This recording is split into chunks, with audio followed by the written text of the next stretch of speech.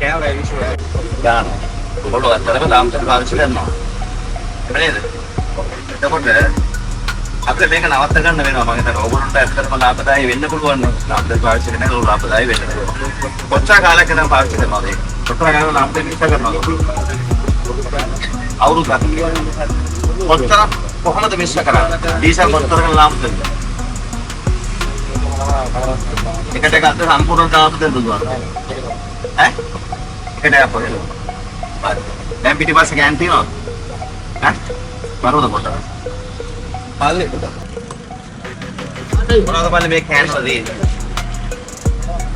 මොනවද තියෙන්නේ? ලාම්තර තියෙනවා. මොකටද ලාම්තර මෙච්චර තෝගයක්?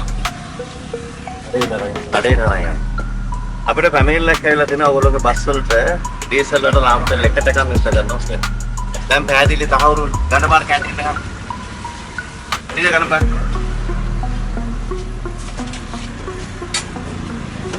අපු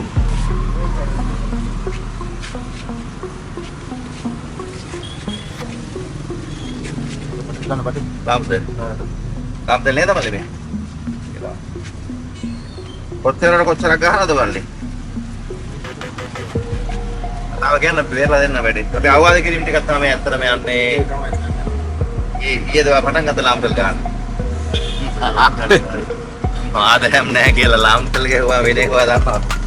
අර මට ගන්නු. ඔයාගේ ආදායම එයි. ඒ ආදායම මට දැවෙන් තමයි ඉතින් මෙන්න බලාගන්න මේ ලාම්තල්. මේකෙන්ද දාන්නේ? මේකෙන් දානවා. කෑන් එකට දාලා මේ පැත්තෙන් ඇතුළට දානවා. තමයි කියන්නේ. මේමයි. එතකොට මේ අපි සල්ලැවෙන්නේ සහ අවසාන දැනුවත් කිරීම. හරිද?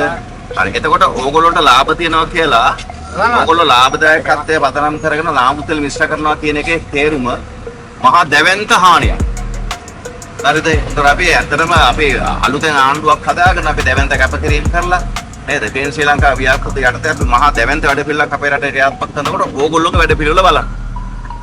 නේ ලාභදායකත්වයේ වෙනුවෙන් ලාම්තල් මිශ්‍ර කරනවා නම් බස් එකකට ඒක වෙන පරිසර හානියට කවුද වක් කියන්නේ?